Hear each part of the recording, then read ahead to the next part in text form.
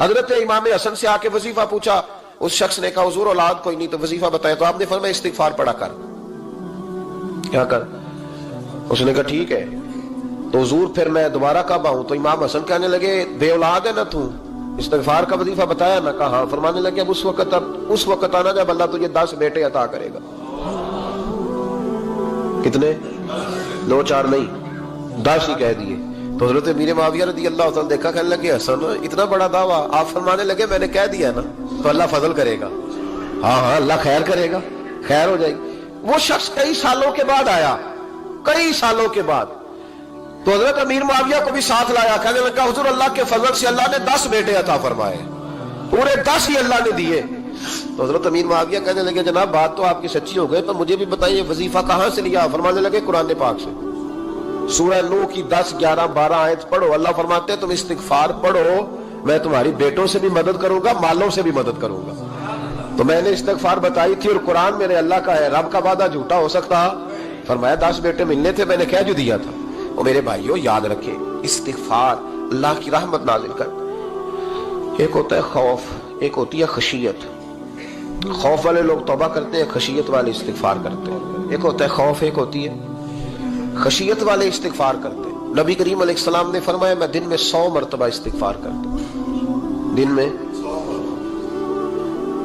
توبہ والا کہتا ہے کہ میں بھول گیا تھا، مجھے معافی مل جائے، اور خشیت والا کہتا ہے میرا یار ناراض نہ ہو جائے، وہ استغفار ہی کرتا رہتا ہے، وہ معافی مانگ۔ حضرت رومی نے مثال دی ہے، فرماتے ایک عورت تھی تو بھیک مانگا کرتی تھی، ایک دن بادشاہ کے دروازے پہ بھیک مانگنے گئی تو بادشاہ کو پسند آ گئی، اس نے نکاح کر لیا۔ 20 کنیزائیں اس بی بی کے پاس تھی خدمت کرنے کے لیے، روٹی دینے کے لیے، کپڑا دینے کے لیے، لیکن وہ ہر وقت روتی رہتی تھی، ہر وقت روتی۔ ایک سمجھدار کنیز کہنے لگی کہ ملکہ اب تیرا درجہ بہت بڑا ہے، تو ہر وقت روتی رہتی ہے، معافی ہی مانگتی رہتی ہے ہر وقت، کون سی ایسی نعمت ہے جو تیرے پاس نہیں؟ تو وہ کہنے لگی اس لیے تو روتی ہوں۔ کیا مانا؟ کہنے لگی اس لیے روتی ہوں کہ میں اس قابل نہیں تھی جو مجھے مل گیا، کہیں میرے سر کا سائیں ناراض نہ ہو جائے، وہ کہیں بگڑ نہ جائے، مجھے پتا ہے کہ میں کیا تھی اور مجھے کہاں تک پہنچا دیا، میں روتی اس لیے ہوں کہ کبھی کہیں وہ ناراض۔ حضرت عمر اس لیے روتے تھے کہ کہیں مصطفیٰ ناراض نہ ہو جائے، حضرت ابو بکر اس لیے تڑپتے تھے کہ کہیں اللہ کا فضل روٹھ نہ جائے۔ یہ جو مولا علی اپنے کمرے میں بیٹھ کے زور زور سے استغفار پڑھتے تو اس لیے نہیں کہ بڑے پاپ تھے جن کی معاذ اللہ معافی مانگتے تھے، اس لیے کہ رب رسول کہیں ناراض نہ ہو۔ خشیت تھی کہ جہاں ہم پہنچے ہوئے کہیں وہاں سے واپس۔ استغفار بندے کی اللہ سے صلح کرا دیتا ہے، بندے کی رب سے صلح ہو جاتی ہے جب استغفار۔ دیکھیں نا بڑی سادی سی بات ہے کہ 2 بھائی ناراض ہو تو بڑا کہتا ہے اس نے میری بے ادبی بڑی کی، تو چھوٹا اگر پاس آ جائے اور پیر پکڑ لے کہ چل یار معاف کر دے، تیرا بھائی نہیں۔ پتہ کیا ہوتا ہے؟ صرف معافی نہیں ملتی، ہاں ہاں صرف معافی نہیں، چھوٹے نے بے ادبی کر دی، بڑے کو تکلیف ہوئی، بات جب آگے بڑھی نا تو بڑے نے شکوہ کیا، جب لوگوں نے چھوٹے کو سمجھایا تو چھوٹا جب معافی مانگتا، ادھر دیکھو میری طرف، جب چھوٹا معافی مانگتا ہے نا اٹھ کے جاتا ہے اور بڑے کے پیر پکڑتا ہے تو میرا معاف نہیں کرتا، بڑا رو بھی پڑتا ہے، بڑا رو بھی پڑتا ہے، اور وہ کہتا ہے کہ وہ میں اور تو اماں کے پاس اکٹھے بیٹھتے، ایک باپ کی موٹر سائیکل پہ اکٹھے بیٹھتے، تو تیرا اور میرا رشتہ اتیار تو نے یہ کیوں؟ وہ جو آنسو نکلتے ہیں نا وہ درد ہوتا ہے، وہ کیف ہوتا ہے، وہ سوز ہوتا ہے، وہ لذت ہوتی ہے، وہ پیار ہوتا ہے۔ رب کہتا ہے تو معافی مانگ، انہو کان غفارا، تو معافی مانگ، میں تجھے معاف بھی کروں گا، تیرے اوپر رحمت بھی فرماؤں گا، تیرے اوپر کرم نوازی بھی کروں گا، تجھے نواز دوں گا، تجھے عطا کروں گا۔ حضرت موسیٰ کلیم اللہ علیہ السلام کا زمانہ مبارکہ تھا، قحط پڑ گیا، بارش نہیں ہوتی۔ ہم لوگ نا اب تو خیر ہمارے پاکستان میں تو ٹیبل ٹاک ہوتی ہے، ٹاک شو ہوتے ہیں، ہمارے ہاں تو پتہ کیا جاتا ہے کہ بارش ہو کیوں نہیں رہی، پھر اس پہ یہ ہوتا ہے کہ دھواں بڑا چڑھ گیا ہے، حالات بڑے خراب ہیں، فلاں ایسے ہو گیا قحط کا۔ ہم تو اسباب تلاش کرتے رہتے ہیں نا جی، پھوک بہت زیادہ ہے، فلاں چیز ایسے ہے، فلاں چیز ایسے، ہم تو یہ تلاش کرتے رہتے ہیں۔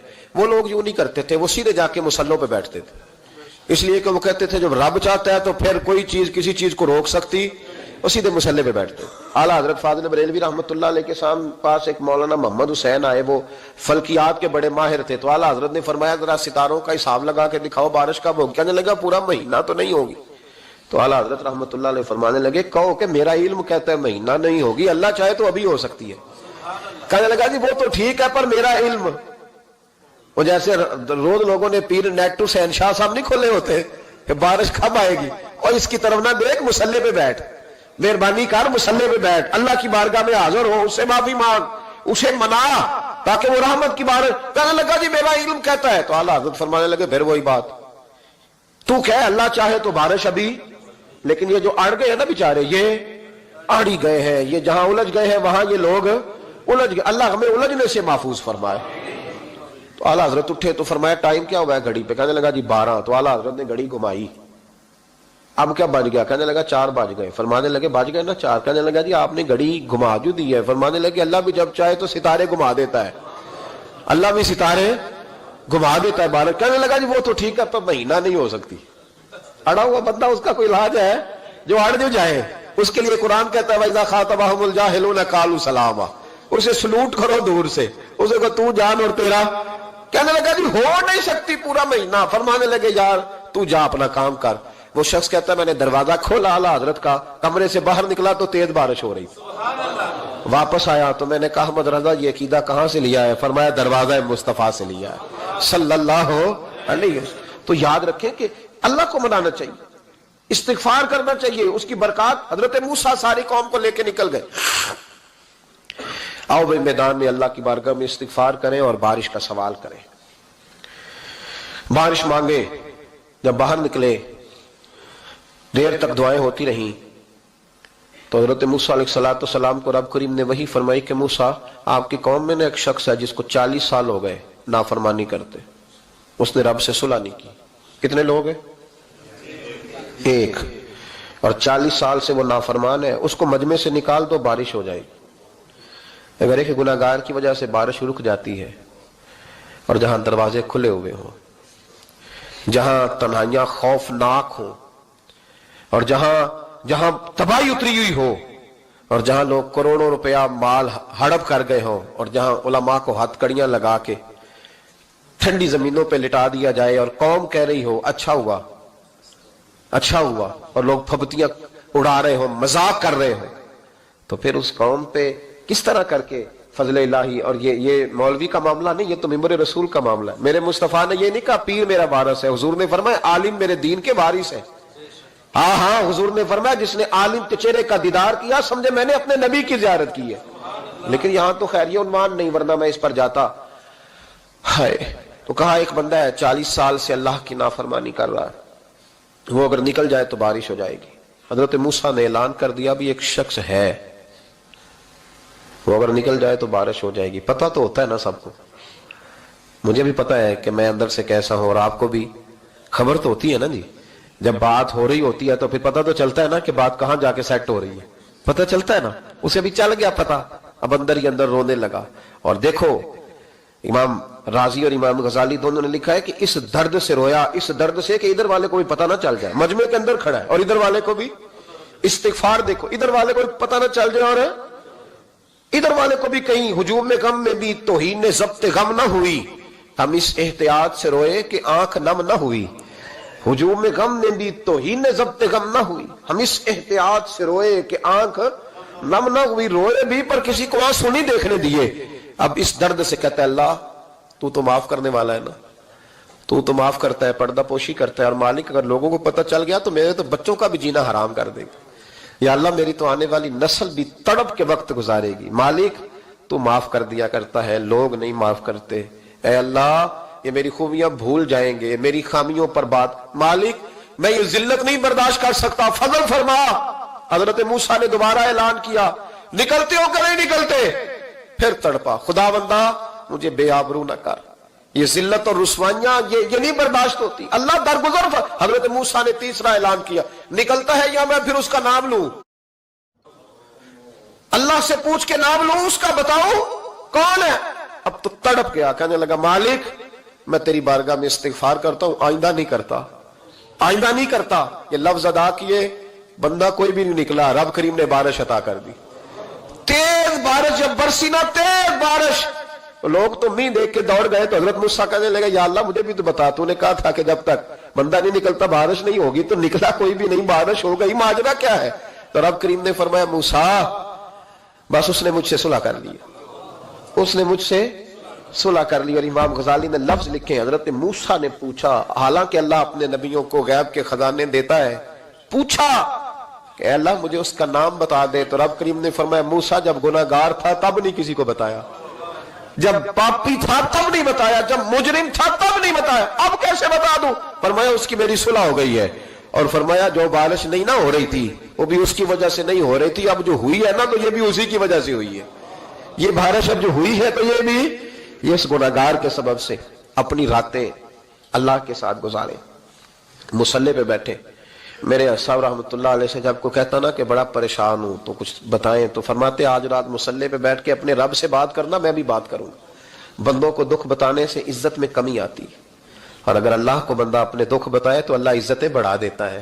ترمذی شریف کی حدیث ہے، نبی پاک علیہ السلام نے فرمایا اگر تو دنیا داروں کو دکھ بتائے گا تو اللہ تجھے غنی نہیں کرے گا، اور اگر تو اپنے رب کو بتائے گا تو اللہ بڑی جلدی تجھے دنیا سے بے نیاز کر دے گا، تجھے لوگوں کی ضرورت نہیں رہے گی۔ استغفار کریں، کثرت سے کریں، ذوق سے کریں، مصلی آباد رکھیں، ہر شے دیکھو نا، جس طرح کھانے کی میز آباد رہتی ہے، بستر آباد رہتا ہے، ہمارے دیگر معاملات، اگر مصلی نہ آباد رہے تو روح بے چین رہتی ہے، طبیعت بے قرار رہتی ہے۔ انسان میں نے دیکھا ہے بڑے بڑے سمجھدار لوگ پاگلوں جیسی زندگی گزار رہے ہیں، بولتے جا رہے ہیں، بولتے جا رہے ہیں، بولتے جا رہے ہیں، ایسے کسی کو کوئی خبر کہ 6 فون اٹھائے ہوئے ہیں، ایسے جیسے ڈسٹرب ہو گئے مینٹلی طور پر۔ وجہ کیا ہے کہ ان سے جان نہیں چھڑاتے۔ کبھی سارے موبائل بند کر کے نا، سارے بچے ہر چیز سائیڈ پہ کر کے مصلی پہ بھی آنا چاہیے، اور مالک تو بڑا ہی کریم ہے، اللہ تو بڑے کنز المال کی حدیث سنا کے بعد سمیٹتا ہوں۔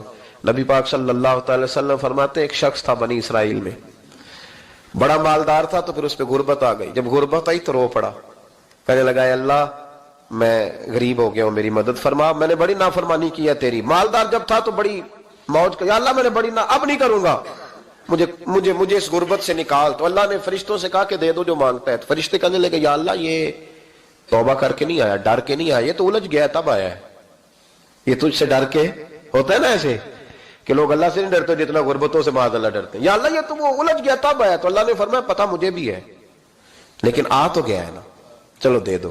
تو کہا یا اللہ اگر دے دیا تو دوبارہ نہیں آئے گا۔ فرمایا اس کا بھی مجھے پتہ ہے، تم دے دو۔ اسے دے دیا۔ جب دولت مل گئی نا تو کہنے لگا اوہو وہ تو میں نے اس طریقہ سے استعمال کیا اس لیے کامیاب ہو گیا۔ پھر کچھ وقت گزرا تو پھر الجھ گیا، پھر قرضے چڑھ گئے، پھر سارے علاج کہنے لگا یا اللہ اب نہیں کرتا، اب معاف کر دے۔ 70 دفعہ توبہ کی اور 70 دفعہ توڑی۔ حبیب کریم فرماتے ایک دن بستر پہ تھا، آسانی تھی، 70 دفعہ فرشتوں نے کہا یا اللہ یہ جھوٹا ہے، جھوٹ بولتا ہے، یہ تو غربت ہے، یہ تو تیری بارگاہ میں آیا ورنہ کبھی نہ آتا، بیمار ہوا ہے تو آیا، اس کا تو بچہ بیمار ہوا ہے تو آیا ورنہ کبھی نہ آتا۔ 70 دفعہ توبہ توڑی۔ ایک دن رات کو بستر پہ لیٹا تھا، دولتیں بھی تھی، آسانیاں بھی تھی، دل میں خیال آیا میں کتنا جھوٹا ہوں، جب الجھ جاتا ہوں تو اس کے دروازے پہ جاتا ہوں اور وہ کتنا کریم ہے، مجھے خالی نہیں لوٹاتا۔ تڑپ اٹھا، آنسو نکل گئے، اٹھ کے مصلی پہ کھڑا ہوا تو رب کریم نے فرشتوں سے فرمایا کھول کے دیکھو دروازے، آج یہ غربت کی وجہ سے نہیں آیا، آج میرا بن کے آیا ہے۔ تو یا اللہ پہلے تو دولت دیتا تھا، آج کیا دے گا؟ تو محبوب فرماتے اللہ فرماتے اب میں اسے بغیر حساب کتاب جنت عطا کروں گا۔ استغفار کریں، اس کے حضور حاضری دیں۔